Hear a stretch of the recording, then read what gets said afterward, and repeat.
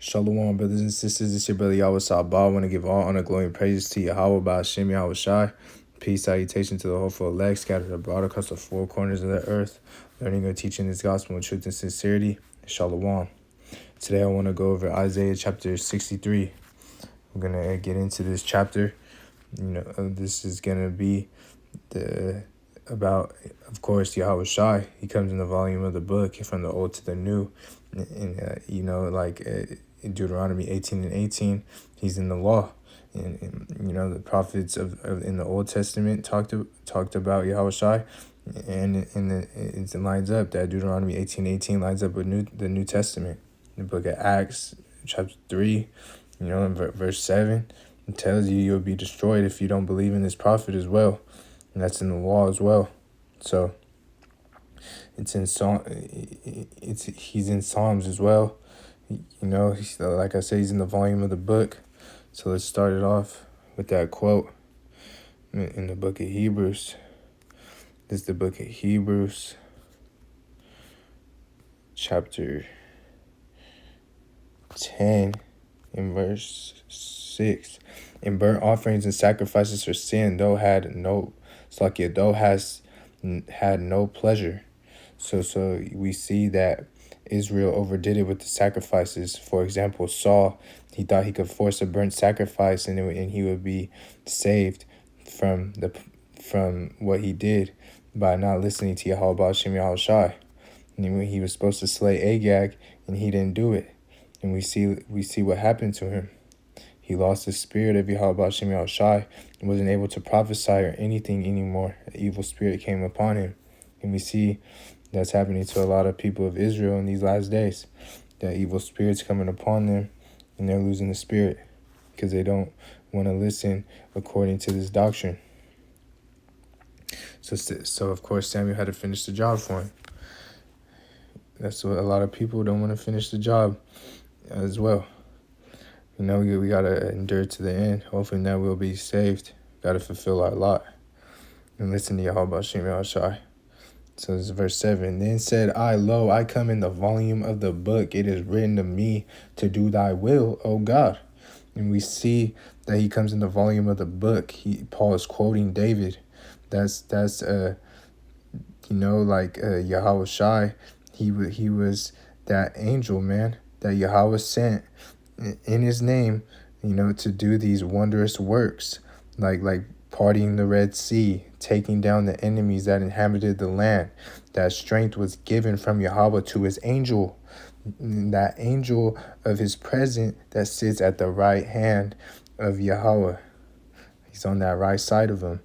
It's Yahweh Shai HaMashiach who comes in the volume of the book. From the start to the finish, it's all about Yahweh Shai to do the will of his Father. Like Yahweh Shai stated, roughly paraphrasing, he'd say, I do the will of my Father. So let's get into that. Isaiah chapter 63. So book of Isaiah chapter 63. See from the top, God's vengeance on the nations. And we see that's an end time prophecy. Even the Blue Letter knows it. In these other churches, like Catholic churches, Roman Catholicism, this Christian churches, because we know we're the true ancient paleo Christians, but that's a different type of Christianity, what they push. And they don't get into this, man. They don't understand this. Blessed did he have ears to hear and eyes to see, roughly paraphrasing, because they don't understand this gospel. And then they go to the itchy ear doctrine, just like how other people of Israel do as well. So let's get into that from the top. Who is this that cometh from Edom with dyed garments from Basra? So we see that going into this, it's like also because Yahweh Shai, he's gonna take vengeance on the nations, and it's of course through Yahweh, he's gonna have rulership over these heathen. He's gonna take them all down, and that's a recompense. That's what's gonna be happening because what they did to his chosen people of Israel. And as it states, it's a righteous thing to have recompense for them that trouble you, roughly paraphrasing. And that's what it's all about. This is a righteous act. So Khan. So let me read this again. Who is this that cometh from Edom with dyed garments from Basra? So that Basra, you know, and this is all symbolic. This is talking about Yahweh Shai's return, how he's gonna do it, and it's showing you on one fold that Yahweh Shai will return to an Edomite powered structure, because we know that that the Esau Edom, the so-called white man, the Edomites are ruling right now in these last days. And I'm gonna line that up with 2nd Esdras chapter 6 and verse 9. For Esau is the beginning, Salakia, for Esau is the end of the world, and Jacob is the beginning of it that followeth. Salakia, it's laid out here, 1040, you know. And but yeah, Khan, Esau is the end of the world, and Jacob is the beginning of it that followeth, because that's what's gonna happen. Esau is gonna be the end of this world. His kingdom is going to be taken down, and Jacob's kingdom is going to be established. It's going to be the beginning of it that followeth through Yahweh Ba'Shem Yahweh Shai. And, you know, he's going to get his elect. Yahweh Shai is going to get his elect and establish the throne of David, the kingdom. So, Khan, yeah, like I was saying, you know, like in Isaiah, also Isaiah 34, it's getting into the World War III, the war to end all wars. The nations, not just one nation, a lot of nations, Salakia, are being gathered to the Valley of Jehoshaphat. And if you watch my videos, I broke that down, you know, like Joel chapter 3, to the Middle East. And that's when Yahweh Shai will come down, like in 2nd Esdras 13 too. Yahweh Adazal, I'll break that down. I haven't broke it down yet, but Yahweh Shai, roughly paraphrasing in that chapter, he will rebuke these wicked inventions. And that's what he's gonna do. You know, he will be the person to save us when these missiles are being shot to Babylon. Yahweh Adazal, if we have that number. Because it's a great day of destruction, day of doom. Isaiah 34, it's going into these Edomites. And of course, they're going to be in rulership when Yahweh Shai comes for judgment. And he's going to, this also shuts down any doctrine that says that Edomites are put away with, because they're not. You know, like we got into this on the block before. I talked about it, you know, Psalms 137. It's linked to Esau Edom, because there is a daughter of Babylon, and they will rule in this end time. And it is stated that the Edomites will run the nations, the daughter of Babylon. So, Khan, I'm going to get into the book of Isaiah. Let's get to 34. So this is the book of Isaiah, chapter 37, Slakia, 34 and verse 4. And all the hosts of heaven shall be dissolved, and the heavens shall be rolled together as a scroll, and all their hosts shall fall down as a leaf falleth from the vine, and as a falling from the fig tree. So as a scroll, that's that nuclear war. That's what that is. You know? That's why it says heaven shall be rolled together as a scroll, because that's going into that nuclear war to the end of the fig tree. Like I was saying, like what I just read, I'll read it again. And the host of heaven shall be dissolved, and the heavens shall be rolled together as a scroll, going into that nuclear war, like I was saying. And all the hosts shall fall down as the leaf falleth from the vine, and as the falling fig from the fig tree. So, Khan, so you could read about this same narrative in Revelation chapter 6, which is the end time prophecy. So I'm going to read verse 5. For my sword shall be bathed in heaven. Behold, it come down upon Idumea, and upon the people of my curse to judgment. We know Idumea, that's the Edomites, man. That's what that's getting into. So, I'm going to go down to verse 8. Let me get this at verse 6, Salakia. The sword of the Yahweh, Salakia, the sword of Yahweh is filled with blood. It is made fat with fatness, and with blood of lambs and goats, with the fat of the kidneys of rams. For Yahweh had a sacrifice in Basra, and a great slaughter in the land of Idumea. I'm going to go down to verse 8. For it is the day of Yahweh's vengeance, and the year of recompense for the controversy of Zion. And that's that recompense like I was getting into. You know, this also goes into, when you read more down into it, it goes into how Babylon's going to be desolate. You know, and there's other scriptures that get into that as well. So, like when you read that Isaiah 63, like we'll get back into it now. Isaiah chapter 63. So when you read that, it says, "Who is this that cometh from Edom with dyed garments from Basra?" You know, it's getting into how Yahweh Shai is going to destroy Babylon the Great. Also, you know, and that there's going to be a lot of bloodshed, as dung on the earth, as the scriptures say, and that's what that one fold is talking about. And, you know, and then the second fold is also talking about how he will return and what region he will return from in his chariots, you know, from earth, because he's going to come from a certain area. We know because when Yahweh sent his son Yahweh Shai to deliver the law, statutes, and commandments to Moses, to Israel, he came from Edom. So we'll get that now. Book of Deuteronomy, chapter 33. The blessings of Moses. And I'm going to get into it. And this is the blessing wherewith Moses, the man of God, blessed the children of Israel before his death. And he said, Yahweh come from Sinai, and rose up from Seir unto them. He shined forth from Mount Paran, and he came with 10,000s of saints. From his right hand went a fiery law for them. Like I got into that as well in the beginning, talking about his right hand, because you're gonna see that's what it indicates. That's talking about Yahweh Shai. He's at the right hand of the Father.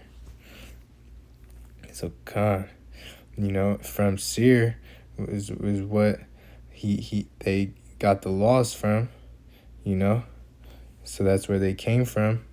And this is getting into that area that the chariots entered into the atmosphere to bring the children of Israel the law, statutes, and commandments through an angel, which is Yahweh Shai, you know, because that right hand. And that's how he shined forth that law to them. So if you understand the story, like I'm going to go into Exodus chapter 13 for edification's sake. This is Exodus chapter 13 in verse 21. And Yahweh went before them by day in a pillar of cloud to lead them the way, and by night in a pillar of fire to give them light, and to go day and night. Verse 22, he took not away the pillar of the cloud by day, nor the pillar of fire by night from before the people.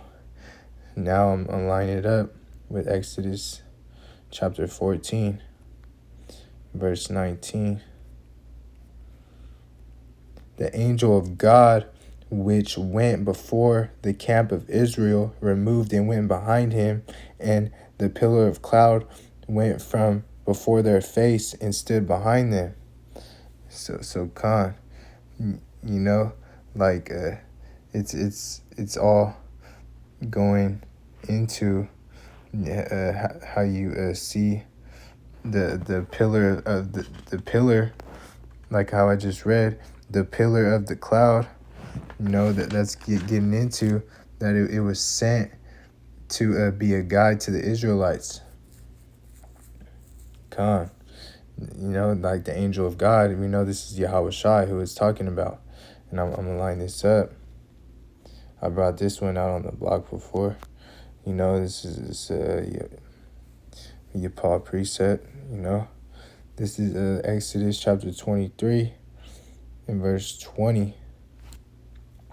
Behold, I send an angel before thee to keep thee in the way and to bring thee into the place which I have prepared.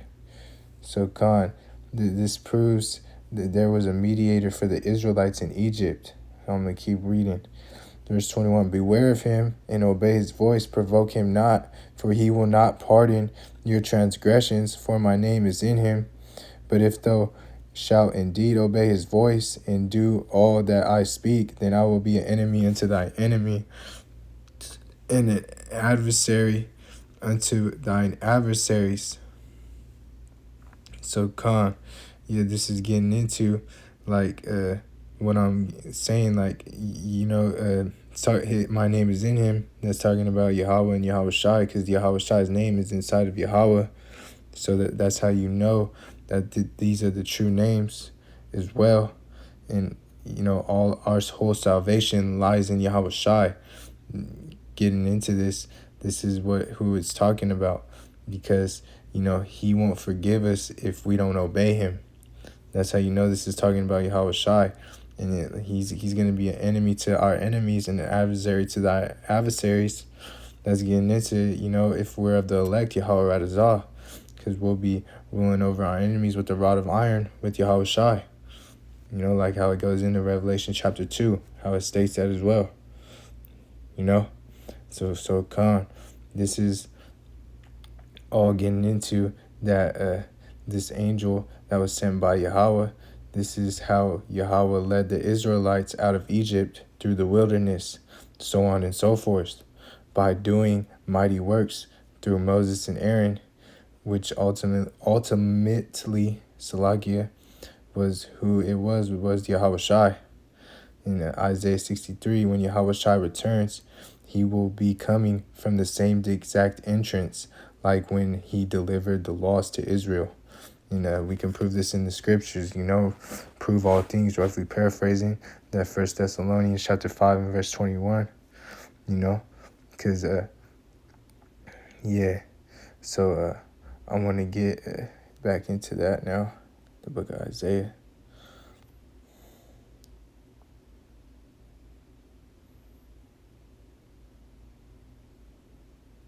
Salakia, bear with me. Isaiah.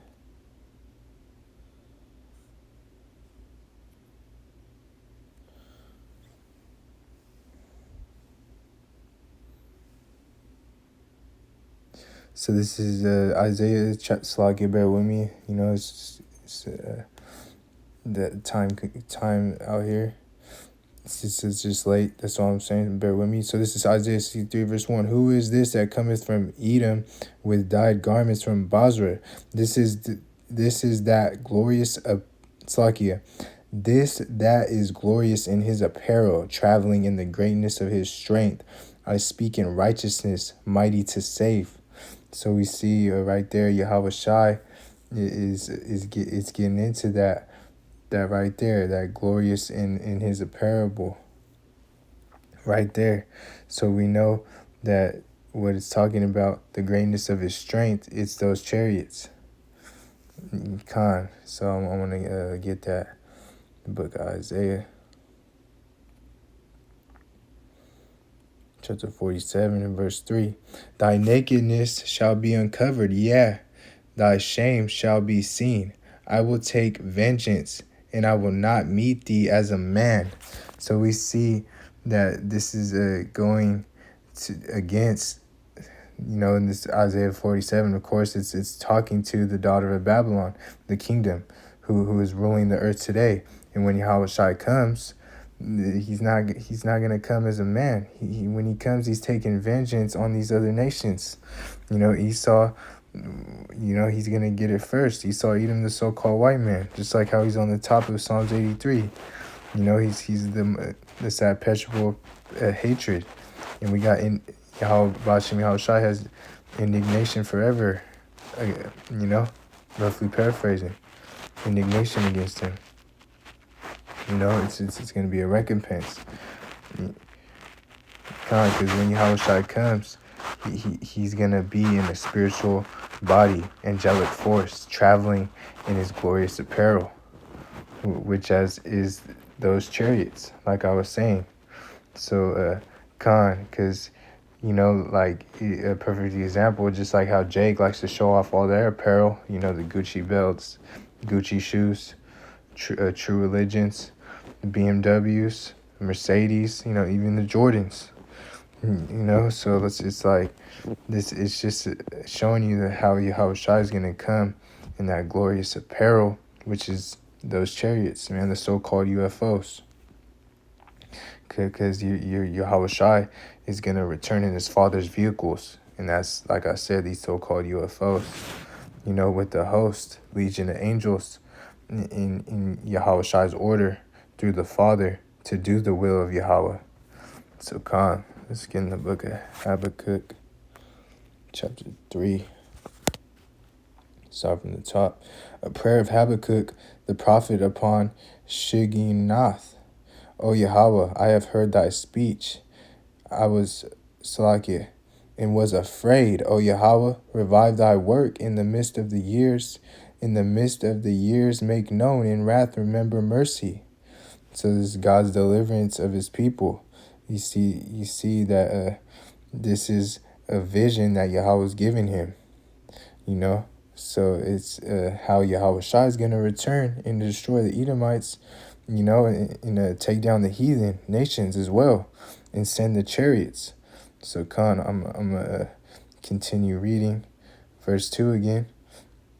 O Yahweh, have heard thy speech and was afraid. O Yahweh, revive thy work in the midst of the years. In the midst of the years, make known. In wrath, remember mercy. And yeah, that's what we want. We want for Yahweh Bashim Yahweh Shai to bring that wrath through Yahweh Shai. Of course, you know, Yahweh's going to bring it through Yahweh Shai. And we also need that mercy. That's what is going to get us through that time. You know, that angel, which is Yahweh Shai, will give us that mercy and save us and beam us up, Yahweh Radazah. Of course, we have to have faith in him. You know, faith in works where we might be saved, roughly paraphrasing. That's why we need to trust in the Lord, because we see all these prophecies coming to pass, you know, and like this market MOT to the B is right around the corner. So we want to continue to endure and pray that we have this spirit on us, that it doesn't be taken away. Roughly paraphrasing Psalms chapter 51. So I'm going to read verse 3. God came from Teman, and the Holy One from Mount Paran. Salah. His glory covered the heavens, and the earth was full of his praise. So it shows you right here that the chariots are also another one. Getting into it, precept upon precept, line upon line, showing you that these chariots are going to come from the same way. You know, Teman, which is in Seir. Let's get into it. Teman, you know, Teman, south, the son of Eliphaz, grandson of Esau, and one of the dukes of Edom.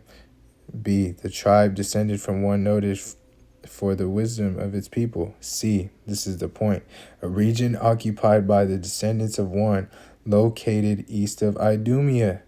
So we know that this is an area, because when you get it right here to the Strong's definition, Teman, the name of two Edomites of the region and descendant of one of them, South Teman. So we see that this is the from that same region, man, south, and this is which is where the chariots are going to be coming from, and this is where the when Moses got the laws, you know, and it's right by it's right by Seir, you know, which this is also by the land of Judah that was given to them. the land that Judah was given, Salakia. So it's coming from that same region.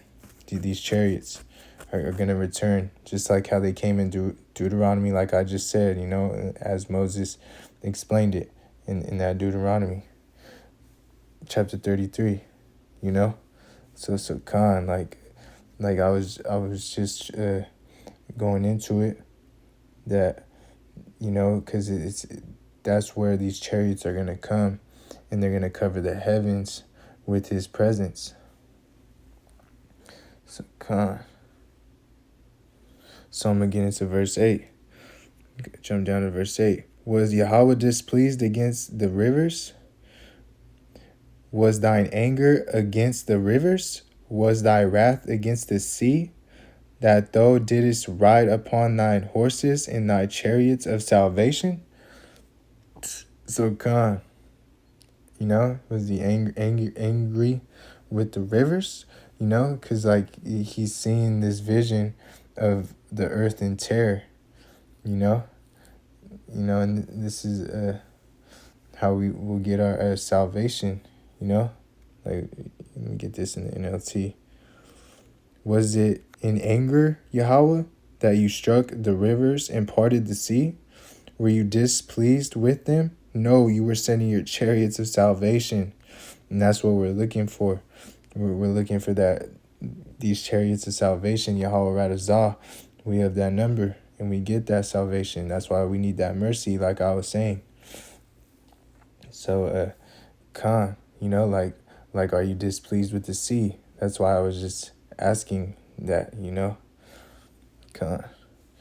Because the NLT explains it, because it's just a question, rhetorical. Khan. So like, when we see that this salvation is for the elect, and of course the great multitude as well, the number that we don't know, that we can't count. So in Isaiah 63, we see how Yahweh Shai is returning to get his elect, that have that are going to have those immortal bodies, the laws in their mind and in their inward parts, instead of the law on a stone, and like how it was back in the time of Moses, because he's going to give his elect immortality, angelic bodies. So Khan, I'm going to get back to Isaiah chapter 63 in verse 1. Who is this that cometh from Edom with dyed garments from Basra? This is glorious in his apparel, traveling in the greatness of his strength. I that speak in righteousness, mighty to save. Yeah, mighty to save is Yahweh Shai. That's the one that is going to save his elect. So Khan. Verse 2. Wherefore art thou red in thine apparel, and thy garments like him that treadeth the wine fat? And that red apparel is some, that's going into that bloodshed. It's symbolic, because that's what Yahweh Shai HaMashiach is going to return. It tells you this also in the book of Revelations. I went over it on the block. It states that there's going to be blood on his garments, and he's going to be taking vengeance on the nations, because this verse 2, it links up right with Revelation 19, what I already brought out. Let's get into that for edification's sake, to line it up. Revelation chapter 19, the coming of a Mashiach. And I saw heaven opened, and behold, a white horse, and he that sat upon him was called Faithful and True, and in righteousness he doth make, it's like he doth judge and make war. So Khan, like right there, the heavens are opened for the chariots to enter in to this realm, and the white horse is chariots. We know that that's symbolic for power as well, and like as the scriptures say, a hiding of his power is in these chariots, like it was in that chapter in Habakkuk chapter 3. Yahweh Radazah, we get that power if we are of that number and changed. Because this is how it has to go, like roughly paraphrasing, flesh and blood can't enter into the kingdom of Yahweh. We know that's Paul said this. So Yahweh Shai, this is what Yahweh Shai is coming back to do. This is what Hamashiach, the anointed one, is going to do. That's what Hamashiach means, the anointed one, who these people ignorantly call him JC, because he's going to do the will of his Father, like I'm saying, and because as the scriptures say as well, that he will be back in judgment to do war with the heathen, in World War III. Verse 12. His eyes were as a flame of fire, and on his head were many crowns, and he had a name written that no man knew but himself. He's the Lion of Judah, man. Like I just said, as the scriptures say, he's the Lion of Judah that will be back in righteousness and to make war with the heathen. So that's why he's going to have many crowns on his head, because it's going to represent, what he's going to do to take over these nations, because it's an ancient custom. I went over this as well. If you watched that lesson, Yahweh Radazah, you did. But it's an ancient custom, because when King David took down the Goliath, and when a king takes down another king, you take his crown, and that's what King David did. He took it from Goliath, and because he took down his kingdom. That's what it's getting into. So when Yahweh Shai comes, when he returns, before the throne of David is established on earth, he will take down the heathen, and he will destroy Babylon with a bang, like that great millstone in Revelation chapter 18. And he's going to take down the powers of everything in this kingdom, and it will be taken over by Yahweh Shai. In Revelation 6, it lets you know that these elites will be hiding in the bunkers. According to Jeremiah 16, these elites that are hiding in the bunkers are going to be hunted out by the elect. Yahweh Radazah, we have that number, because that would be a Yapah thing to do, to be doing the will of Yahweh B'Shem Yahweh Shai and hunting out these elites, man. So, he's coming to judge and make war. Yahweh Shai is. So like going more into this verse 12, he's just going to take down all the heathen, because I'm going to just read right here. And he had a name written that no man knew but he himself. So when he goes into that name, when you get into it in the Greek, it's dealing with his rank, because he's the only one to fulfill this, no other person can fulfill this. So let's get into that, since I'm right here.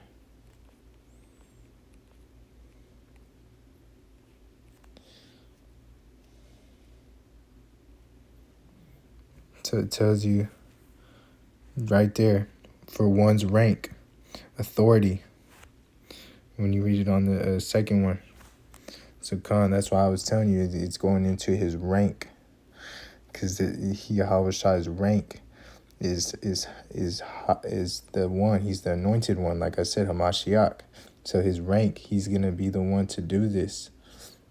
No other man or angel in heaven was given the rank he was given, because Yahweh Shai, he comes to fulfill the volume of this book and all the things that are written of it, because it's written of him. He has that dominion given from Yahweh, because he's the son of Yahweh. So let's continue on. And he was clothed in Tzakia, and he was clothed with a vesture dipped in blood, and his name is called the Word of Yahweh, the Word of God. Verse 14, and the armies which were in heaven followed up him with white horses, clothed in fine linen, white and clean. And out of his mouth goeth a sharp sword, that with it he should smiteth, he should smite the nations. He shall rule them with a rod of iron, and he treadeth the winepress of the fierceness and wrath of Almighty God. So come, we see right there that he's gonna take over these nations with ruling with the rod and iron, and he treadeth the winepress. You know, so this is talking about the second coming of Yahweh Shai. Yeah, we know that it's gonna be blood on his garments, man. Come on. So let's get back to Isaiah chapter 63, verse 2. Wherefore art thou red in thine apparel, in thy garments, like him that treadeth in wine fat? So Khan, this is all that blood in the vision right here. It's that's that answer to it, you know. So let's get to verse 3. I have trodden down the winepress, and of the people there was none with me, for I will tread them in my anger and trample them in my fury, and their blood shall be sprinkled upon my garments, and I will stain all my raiment. So yeah, we see like when I just read in Revelation 19, he said he treaded the winepress, and it says it right here as well.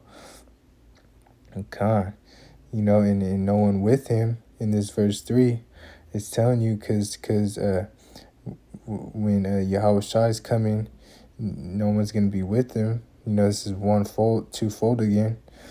So no one was with him because you see Matthew chapter 24, we know he's going to get his elect.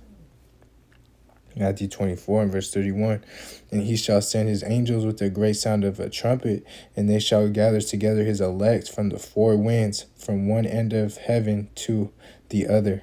So we see that this is what's going to happen when he makes war on earth. He's going to send fire, you know, in World War III, is known as Armageddon as well. And all hell will be breaking loose on earth before those missiles come down, you know. And so before that happens, you know, the elect will be beamed up before these missiles come to earth. They're going to be shot, but the elect will be beamed up before they come, because they got to get saved out of it through faith in Yahweh Shai and trusting in him as our forefathers did, you know. Because, you know, the scriptures say the righteous shall scarcely be saved. So they will scarcely be saved, but you still have to have faith in Yahweh Shai to be saved. And it tells you, like, one, roughly paraphrasing, one will be taken up, one will be taken, and some will be left. So we see that other people are going to see this salvation from the elect being saved. So, Khan, you know, like, this is all going to be for the elect, you know, like to be saved. And then that's why it's likened unto a second Passover, because we will be passed over this time. The elect are gonna all be beamed up. So Khan, let's get back into that book of Isaiah. Book of Isaiah chapter 63 verse 3. I have trodden the winepress alone, of the people there was none with me, for I will tread them in my fury, and trample them in my fury, and their blood shall be sprinkled upon my garments, and I will stain all my raiment. So we see no one with him again. Like I said, it was twofold, because this is also going into the anti-Hamashiachs, you know, because they covered the images of Yahweh, you know, according, roughly paraphrasing, First Maccabees 3:48. You know, and also in Job 9:24, the true images of the judges of the earth were covered, you know, because the roughly paraphrasing that precept, it was given to the earth was given to the hand of the wicked, and it also says that the images of the judges were covered, roughly paraphrasing, and that's what they did.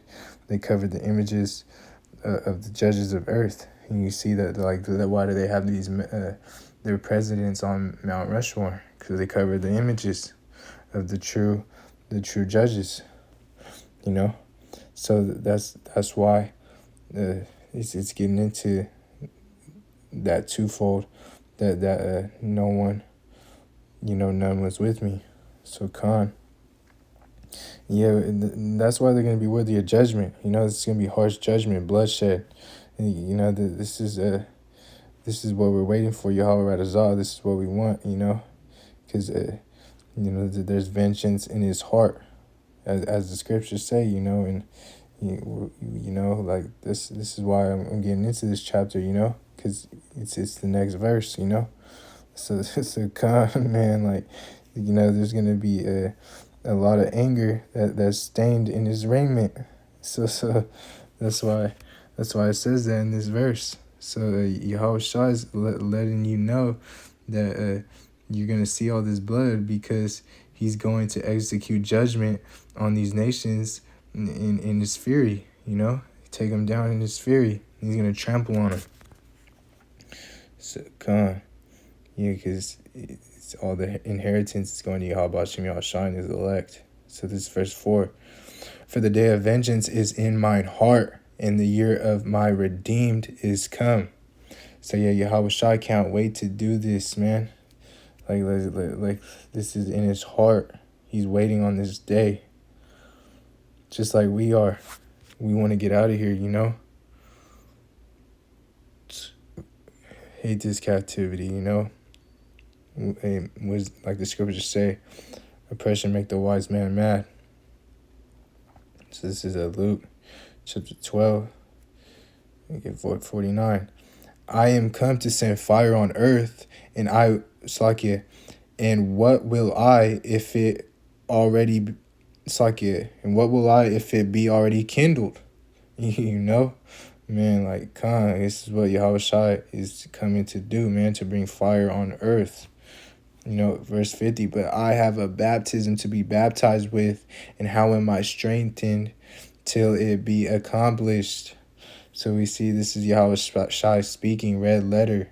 He wishes that he could bring that fire. He wished it then. This is like 2,000 years ago.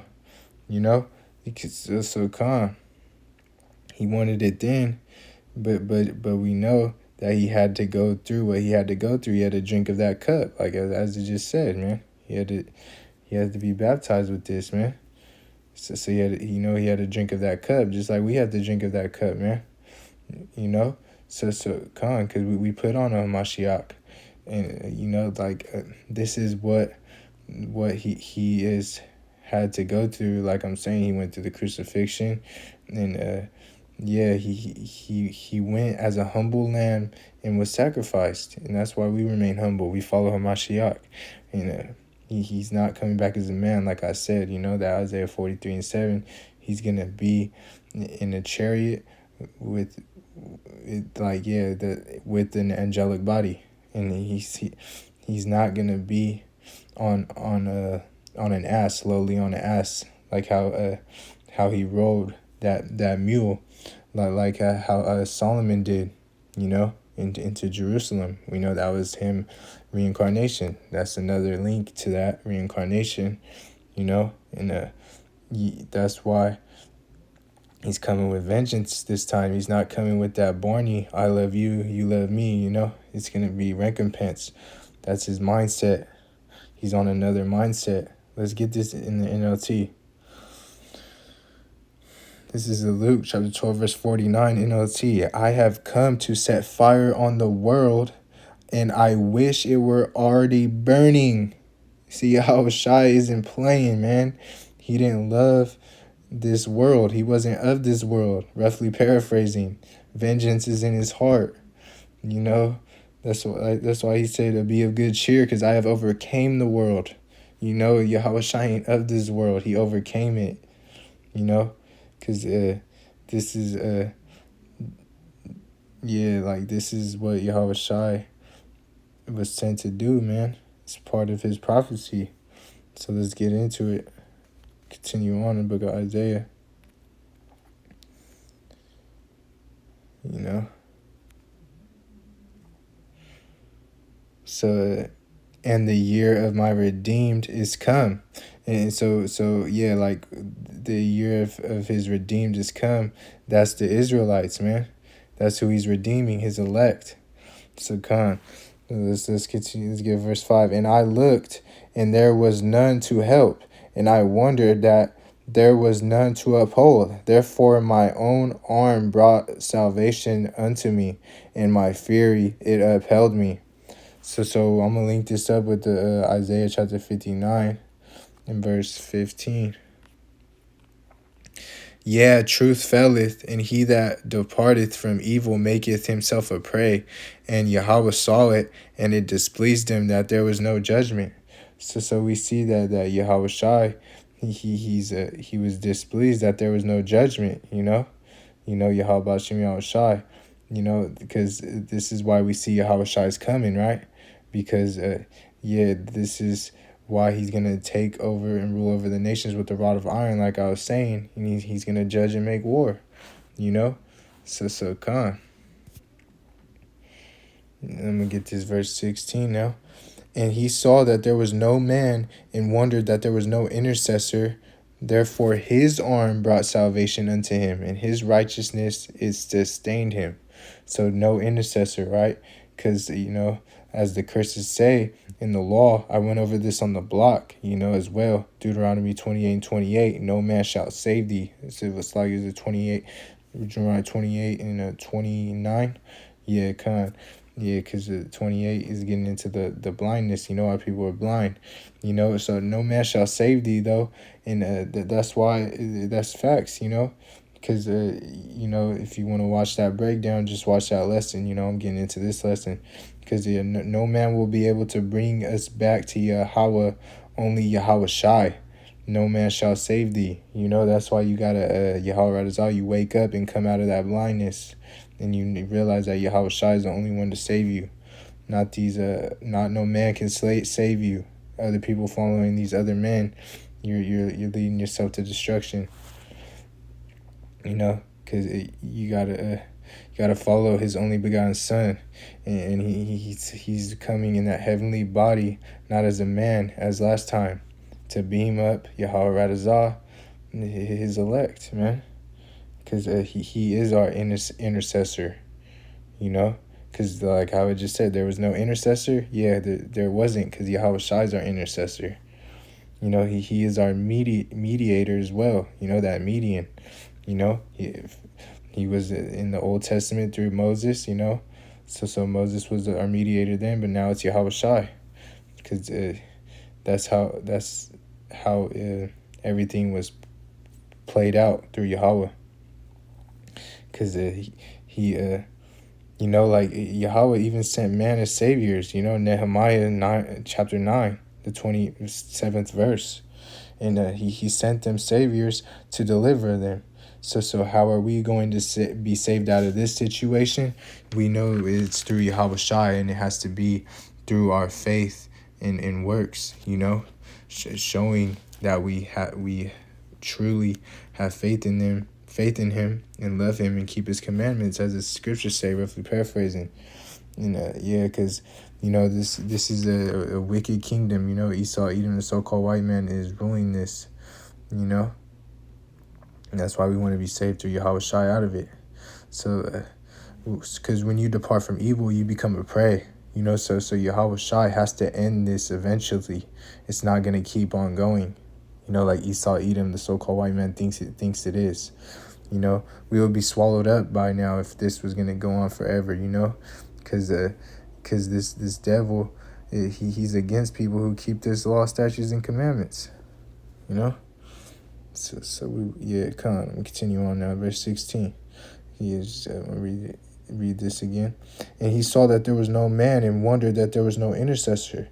Therefore he brought him, therefore his arm brought salvation unto him, and his righteousness it sustained him. So come on, his right hand, right? That's getting into it, man. Because his arm, that's his right hand, man. that's going back into his right hand, like I've been saying, because like even in Exodus, it talks about the right hand, saving them, giving him victory. So this is his right hand, and it's going into how he's going to bring salvation unto him. And speaking of Yahweh Shai, it's come. We get back to Isaiah. Yeah, Yahweh Shai is going to be the one to save us in these last days. Yahweh, as always, just had to endure. To verse 5, and I looked, and there was none to help. I wondered that there was none to uphold me. Therefore my own arm brought salvation unto me, and my fury it upheld me. So, God, yeah. So we see right there that it upheld him. His arm, my own arm brought salvation unto me. And because no one's gonna be able to besides Yahweh Shai, he's gonna be the one to help his chosen people, and that's who he's looking upon, his chosen people, so he's gonna take down the heathen because they are confederate against us, as roughly paraphrasing Psalms 83, Esau, Edom, he can't get to the kingdom, so he wants to take everyone out, So but that ain't happening. That's why we want this mercy from Yahweh B'Ashem Yahweh Shai. So verse 6, and I will tread down the people in my anger and make them drunk in my fury, and I will bring down their strength to the earth. Get this in NLT. I crushed the nations in my anger and made them stagger and fall to the ground, spilling their blood upon the earth. So we see that Yahweh Shai it's gonna be a lot of bloodshed. So this is God's ancient mercies were called. So Yahweh B'Ashem Yahweh Shai's ancient mercies were called. So verse 7, this is it's all. I'm gonna read it now. I will mention the loving kindness of Yahweh and the praises of Yahweh according to all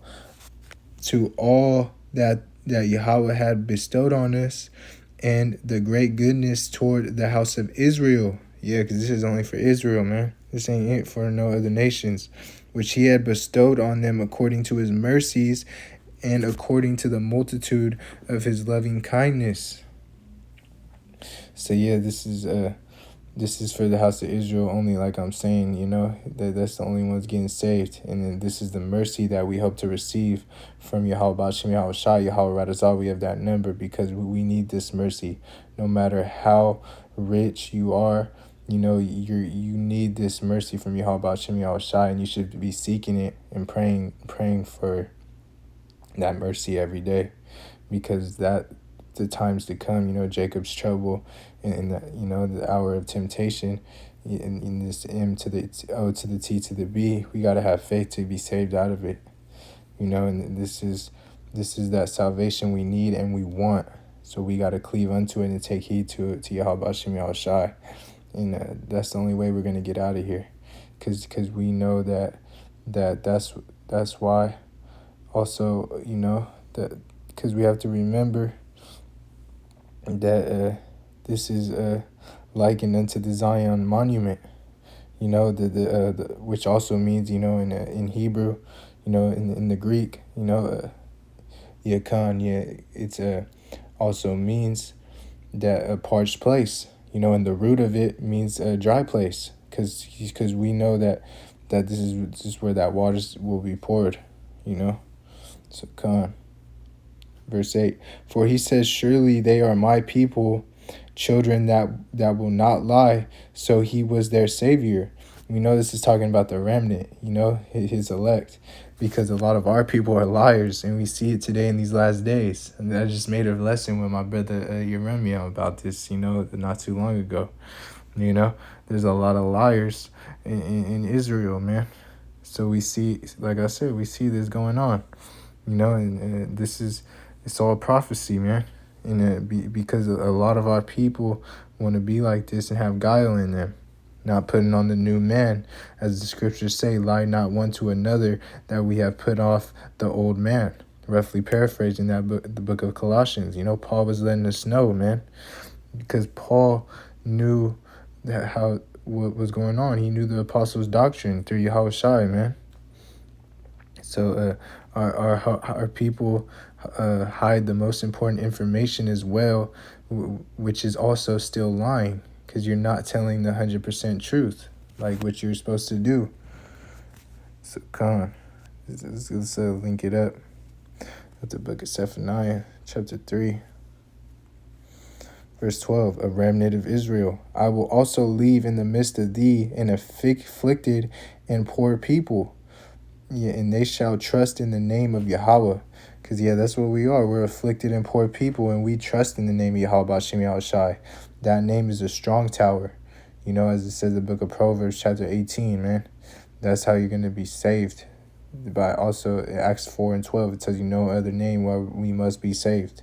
So this name is important that you have to trust in it. That's why I said in this lesson we have to trust in Yahweh B'Shem Yahushai, and we have to have faith and works in him to be saved out of these times. So because like I said, man, we're afflicted and poor, man. We're doing whatever we can to maintain in this wicked captivity. Verse 13, the remnant of Israel shall not do iniquity nor speak lies, neither shall a deceitful tongue be found in their mouth, for they shall feed and lie down, and none shall make them afraid. It tells you in Revelation 14 too, the ones that followed the Lamb, they had no guile, man, roughly paraphrasing, man. So this is why we can't be speaking lies to one another or be having a deceitful tongue, because we have to have no guile. There's no guile found in their mouth, no deceit, man. We can't have that forwardness, because this is only way that the elect ain't going to have that, man. The elect ain't going to be like that. They're going to love one another as thyself. You wouldn't lie to yourself, would you? So you shouldn't be lying. So God, because let's, this is going into get verse 14. Because ultimately that they're gonna be not lying through, because we have the spirit of Yahushua on us, So verse 14, sing, O daughter of Zion, shout, O Israel, be glad and rejoice with all the heart, O daughter of Jerusalem. Verse 15, Yahweh had taken away thy judgments. He had cast out thine enemy. The king of Israel, even Yahweh, is in the midst of thee. Thou shalt not see evil anymore. So that's going to come through Yahushai. His right hand, at his right hand, he is Yahushai, and he shall strike through kings, roughly paraphrasing. And in his right hand will move mountains, man. And he's going to crush the wicked. So, like that verse 8, man, Let me get back into it. That verse 8, the book of Isaiah. Because that was just, I just wanted to link it up with it. That's why, that verse 8, no lie, because, I'll read it again. For surely they are my people, children that will not lie. So he was their savior. And that's the only way he's going to be your savior, if you have no lie, in you. You have no guile. You stood up for what was right. No lies, in the spirit. That's what it's important, in the spirit. You don't, because if you're lying, you're carnal, man. And because that's why you want to be from the foundation of the world to be holy and blameless. That's why you want to be like this. It explains it, roughly paraphrasing Ephesians 1 and 4. I brought that out in No Despise Thy Youth lesson. Check it out, Yahweh Radazah. This lesson's edifying as well. And that one too, I hope it is, man. Verse 9, in all their afflictions, he was afflicted. and the angel of his presence saved them. In his love and in his pity, he redeemed them, and he bare them and carried them all the days of old. Yeah, Khan. So yeah, like I want to line that up with this book of Acts, chapter 7, and verse 34. I have seen the affliction of my people is in Egypt. I have heard their groaning, and am come down to deliver them. And now come, I will send thee into Egypt. So yeah, this is Stephen talking. He's answering to the accusation of blasphemy, and we know he gets stoned as well. So come. I'm gonna get into this right there. Like getting into that affliction, right? This precept on precept, man. So verse 35. This Moses whom they refused, saying, Who made thee a ruler and a judge? The same did God send to be a ruler, a deliverer, by the hand of an angel. It's like it by the hand of the angel which appeared to him in the bush. Con. Verse 36, he brought them out after he had showed wonders and signs in the land of Egypt and in the Red Sea and in the wilderness 40 years. His wonders and signs. This is what Yahushua was doing, man. Those wondrous works, like I was saying. This is that Moses which said unto the children of Israel, a prophet shall the Lord your God raise up unto you of your brethren, like unto me, and him shall he hear. And like I said, it was in Acts chapter 3 and verse 7, getting into Yahushua, man, in Deuteronomy 18 and 18, man, in the law, talking about Yahushua. Verse 38, this is he that was in the church in the wilderness with the angel which spake to him in the Mount Sinai, and with our fathers who received the lively oracles to give unto us.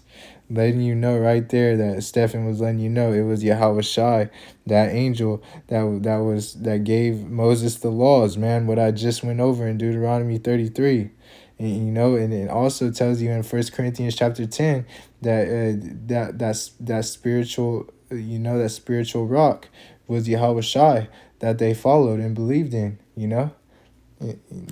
Moses and the Israelites, man. So Khan, this all linking up, man. So Khan. Like Yahushua, he hated to see our people afflicted, because we are when his people are being afflicted, he's a man of his word. What it say, Malachi 3 chapter 6, so Jacob, don't be consumed, I lie not, roughly paraphrasing, and it's like, Khan, because that's why I'm saying, like, he also, he said in the scriptures, I will not lie to David, roughly paraphrasing in the book of Psalms, chapter 89. It's like, you can't, because he is a man of his word. His word is not going to go void, is what I'm getting at, and it pleased him it pleases him also to put us through this. Like we said, we got to drink of that cup. He was persecuted, so are we, roughly paraphrasing, because this is how we get strengthened and get purified through the baptism of fire, leading into Jacob's trouble. That's how we want to have this wisdom and knowledge, stability for our times. And the fear of the treasure. Fear is in the treasure of the Lord, roughly paraphrasing. That's why we want to have that fear in Yahweh B'Shem Yahushai. So ultimately we could get that true treasure in the kingdom, Yahweh Radazah, and we want to get through that hour of temptation, but we got to have that faith, and when someone touches us, it's getting into the scriptures that he that toucheth you have touched the apple of thine eye in the book of Zechariah chapter 2, roughly paraphrasing. So there's a fury from Yahushua if you touch his elect, his anointed, man. Look at the Pharaoh in Egypt. What happened to him? 10 plagues, and all the firstborn. Come on. I'm going to read verse 9 again. And in their affliction he was afflicted, and the angel of his presence saved them. in his love, in his pity, he redeemed them, and he bare them and carried them all the days of old. Yeah, so this lined up with that Acts chapter 7, man. You know, and in Khan, because like the angel of his presence, saved the elect. That's Yahweh Shai. You know, people, Yahweh Shai, man, because like getting into it, the people that believed in Exodus, you know, the, they don't. The other people that don't believe it, that don't believe in Exodus, they believe that there wasn't an existence of an angel who actually saved the children of Israel, like what we just went into, and then they're lost, man, because just like Abraham, he had to go through Melchizedek. We know that Melchizedek was Yahweh Shai in the spirit. Like the scriptures say, right? All the unfaithful shall die in their unfaithfulness, man. So that goes for you preppers as well. In one, even the ones that are saying that you have to prep to be saved, man. That's why I went over that lesson. Those that will be saved in the time of famine, man. Because there's plenty of examples, Elijah and the ravens. Elijah, when he went on he got fed by the angels as well, and then he fasted for 40 days after that, man. Samson, he drank water out of a jawbone. Like I went over these examples, the bread from manna from heaven, man. That water out of the rock, like these were the Yapa examples I went over in that lesson. So Khan, I want to line this up with the book of Isaiah, chapter 19, and verse 19. In that day there shall be an altar to Yahweh in the midst of the land of Egypt, and a pillar at the border thereof to Yahweh. That's here in spiritual Egypt, where we make our body a living sacrifice, and he will deliver us if we're of that number, Yahweh Radazah, So come and read verse 20. And it shall be a sign for a witness unto Yahweh of hosts in the land of Egypt, for they shall cry unto Yahweh because of the oppressors, and he shall send them a savior, a great one, and he shall deliver them. And we know who that's talking about. That savior will be sent through Yahweh, and it's Yahweh Shai. Okay. So I'm going to get back to Isaiah chapter 63. Back to verse 9. So we see like getting it back into this verse 9, like that's what happened to Egypt, but then like, because I'll read it. In all their affliction he was afflicted, and the angel of his presence saved him. Like I was saying, this happened in Egypt. And in his love, in his pity, he redeemed them, and he bare them and carried them all the days of old. That's why I said this lines up with Acts chapter 7 when Stephen was going into it. Stephen's apology. But they still stoned him, So come, so like this is talking about when, in Egypt, like I was saying. So let's see what happened, let's read verse 10. But they rebelled and vexed his Holy Spirit. Therefore he was turned to be their enemy, and he fought against them, and this was in the wilderness. We know what happened, in verse 11. Then he remembered the days of old, Moses and his people, saying, where is he that brought them up out of the sea with the shepherd of his flock? Where is he that put his Holy Spirit within him? The shepherd of his flock. Man, Yahweh Shai is the shepherd. We know the shepherd leads the flock of the sheep, man. Because he was that shepherd out of the sea, with the shepherd of his flock.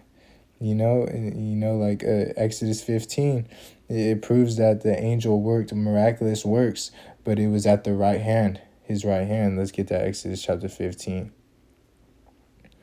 Acts chapter 15, verse 1, the song of Moses and Israel. Then sang Moses and the children of Israel this song unto Yahweh, and spake, saying, I will sing unto Yahweh, for he had triumphed gloriously. The horse and his rider hath he thrown into the sea. So going into this song, when we get beamed up, we're going to be singing this song, Like it tells you about the song in Revelation chapter 14 as well. I went into it on the block as well. That song, man. And because if we're of the elect, Yahweh Radazal will be singing that song. So Khan, and getting into this verse 1, man. It's like the horse and rider. This is that time. Yeah, this time that the horse and the rider is Esau, Edom, the so-called white man, because Yahweh Shai is returning to take the horse and rider down, because at that time it was Pharaoh, but this time it's going to be Esau, Edom. And we know in Romans chapter 9 he brought up Pharaoh, and now to show his works, man, to take him down.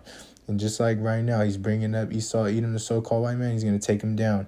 Just like the book of Job, it tells you when he filled his belly, he's gonna put that wrath on him, man. He thinks it's all good, but it's about to go down. So, Khan, I want to line that up with the book of Revelation, chapter 6. Start at verse 4. And there went out another horse that was red, and power was given to him that sat thereon to take peace from the earth, and that they should kill one another. And there was given unto him a great sword, so that someone sat on that horse. And who sat on that horse? It's Esau, man. Because that blessing, he got the fatness of the earth, and he got that sword, God, because we know that he's in the spirit of Cain, and it's a red horse and someone riding on it, and that same horse runs Babylon spiritually, which is Egypt. So go to verse 5 now. And when he had opened the third seal, I heard the beast say, Come and see. I beheld, and lo, a black horse, and he sat on him, and had a pair of balances in his hand. So that's the Yahweh Shai, who sits at the right hand. That's why it's getting into that in his hand. So I want to line that up. That his hand with Revelation. No, it's like Hebrews chapter 1, verse 3. And who being the brightness of his glory and the express image of his person, and upholding all things by the word of his power, when he had by himself purged our sins, sat down on the right hand of the majesty on high. So another one, what I was just in the book of Acts. Stephen gets into it before he gets stoned. The book of Acts, chapter 7, verse 56. And said, Behold, I see the heavens opened, and the Son of Man standing on the right hand of Yahweh. So you feel me? So when Stephen was stoned, we see that Yahweh Shai is on the right hand. This is precept upon precept. And like I said, in the story of Exodus, people forget that angel was sent, that it was Yahweh Shai. And that angel that was sent in the Song of Moses, man, in Exodus 15 that I just brought out, that angel is likened onto the right hand of Yahweh. So let me get back into the book of Isaiah.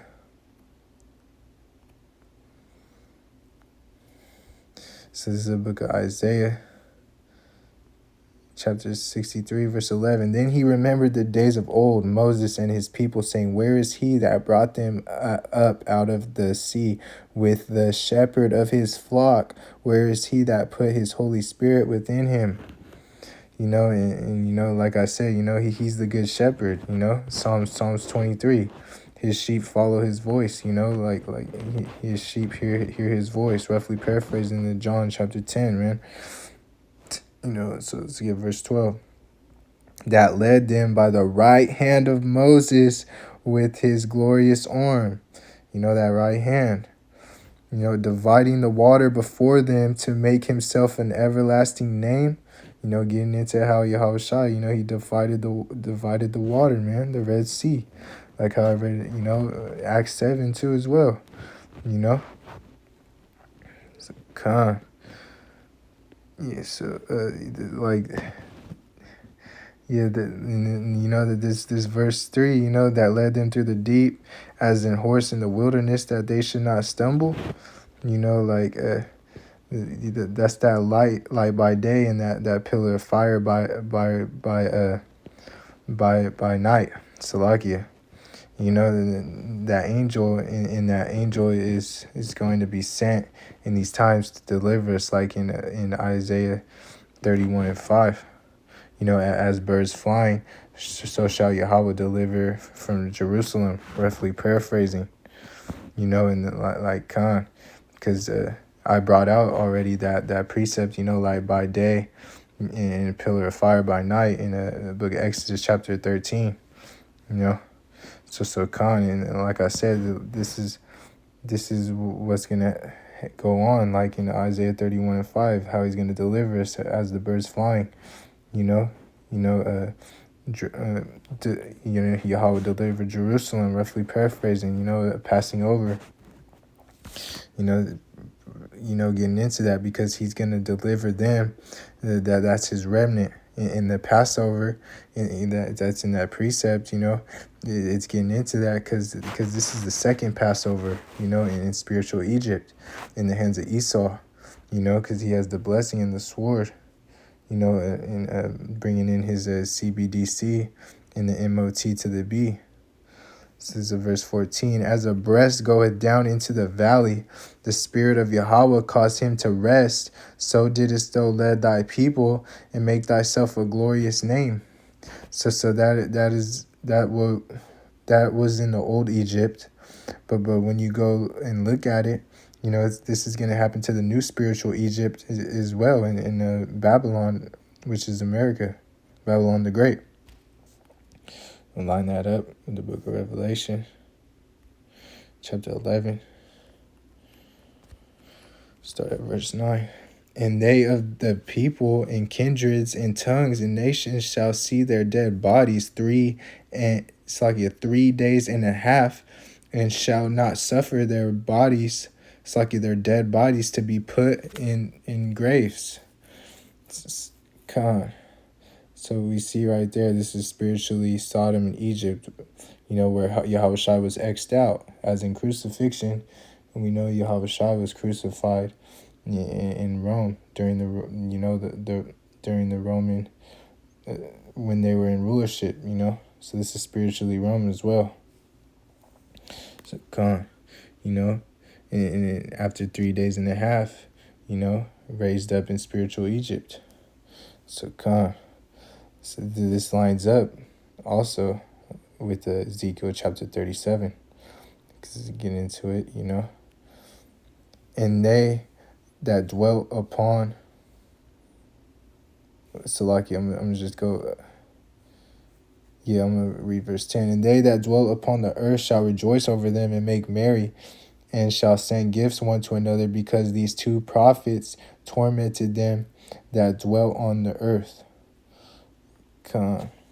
And after 3 days and a half, the spirit of life from Yahweh entered into them, and they stood up upon their feet, and great fear fell upon them which saw them. That's why I was saying this lined up with Ezekiel chapter 37, precept upon precept, and then the 2 prophets is Israel and Judah. Con. So, verse 12. And they heard a great voice from heaven saying unto them, Come up hither. And they ascended up to heaven in a cloud, and their enemies beheld them. And, Khan, like we see that, like, that lines up with Wisdom of Solomon chapter 5 as well. Their enemies beheld them. And Khan, like, the breath of Yahweh was breathed into him. Like I was saying, like that's going into that Ezekiel 37. And then Khan, we're gonna be that's how verse 12. That's them getting beamed up in these chariots, and getting delivered out of this new spiritual Egypt, man, which is Babylon the Great. is known as America. So come on, get back into that Isaiah chapter 63, verse 15. You are our Father. This is verse 15. Look down from heaven and behold from the habitation of thy holiness and of thy glory. Where is thy zeal and thy strength, the sounding of thy bowels and thy mercies toward me? They are restrained. So, yeah, yeah, we see right there, like, because we feel like this a lot, right? I'm going to line this up with the book of Psalms, chapter 74, verse 11. Why withdrawest thou thy hand, even thy right hand? Pluck it out of thy bosom. Let's get it in the NLT. It explains it good too as well. Why do you hold back your strong right hand? Unleash your powerful fist and destroy them. Yahweh Shai is on the right hand of the Father, man. Going right into it, man. So you can't. That's what we want, man. We want him to unleash that hand, that power. Pluck it out thy bosom, bring it, unleash it and destroy these heathen. Baba Kasha, Yahweh Razah. We see this place get destroyed in patience, waiting on the prophetic prophecy to be fulfilled. Come. So yeah, I'm gonna go down to verse. Not Salaki. I'm gonna go back to Isaiah real quick. Get that. Finish off the chapter. Come. So yeah, I was at. So like also, oh yeah, like that that's what we want, right? We want that power to be unleashed, to destroy these heathen. Yahweh Razah, this place gets destroyed. So I'm gonna get back to this verse. I'm gonna go back to verse Isaiah chapter 63. I'm gonna start at verse 16. Doubtless, though our father, though Abraham be ignorant of us, Israel acknowledge us not. Though our Yahweh, our Father, our Redeemer, thy name is from everlasting. Yeah, Yahweh Shai, he's our Redeemer, man. He's the one that's gonna redeem us. So come and get verse 17. O Yahweh, why hast thou made us to err from thy ways, and harden our hearts from thy fear? Return for thy servant's sake, the tribe of thine inheritance. Yeah, when you read Romans 8, verse 20, this answers that, because we were made subject to vanity, to fulfill the prophecy, and then going into this verse, man, it's the tribes of thine inheritance, it's the Israelites. Verse 18, the people of thy holiness have possessed it but a little while, or adversaries have trodden down thy sanctuary, in a little while, because we only had a certain amount of time of peace, during the time of Solomon and David, during their reign, in a Khan, Jerusalem, is in the hands of the heathen, as the scriptures say. So we know that Yahweh Shai, he's coming to take his vengeance back, to get his land back, like in Isaiah chapter 14. Our people are gonna be back in our land. Yahweh Razah, if we have that number. So this is verse 19. We are thine, though never bearest rule over them. They were not called by thy name. Speaking about his son, Yahweh Shai, he will send his son to smash the nations, man. Lines up with Daniel. Bring that out real quick. Baba Kashab, bear with me. Daniel chapter 7. You know, yeah, you know, that like right here, you know, it's getting into it. In Daniel chapter 7, you know, when the Son of Man is presented, you know, right here, because we see right there that the Ancient of Days reigns, you know, and then this is when Yahweh Shai is presented, and because it tells you that he's presented, you know, to set up this kingdom, you know, and he's gonna have dominion, like verse 14, and there was given him dominion and glory in the kingdom, that all people, nations, and languages should serve him. His dominion is an everlasting dominion which shall not pass, and his kingdom that which shall not be destroyed. So his kingdom is not going to be destroyed. It's everlasting, you know, and he's going to have dominion forever, and it's all going to be under Yahweh Shai, you know, and establish the throne of David and his elect, and he will rule over his enemies with the elect with the rod of iron. So, Yahweh Radazah, this lesson was edifying. Let me get that. Matthew chapter 26 and verse 6. Now when Yahweh Shai was in Bethany in the house of Simon the leper, there came unto him a woman having an alabaster box of very precious ointment, and poured it on his head as he sat at meat.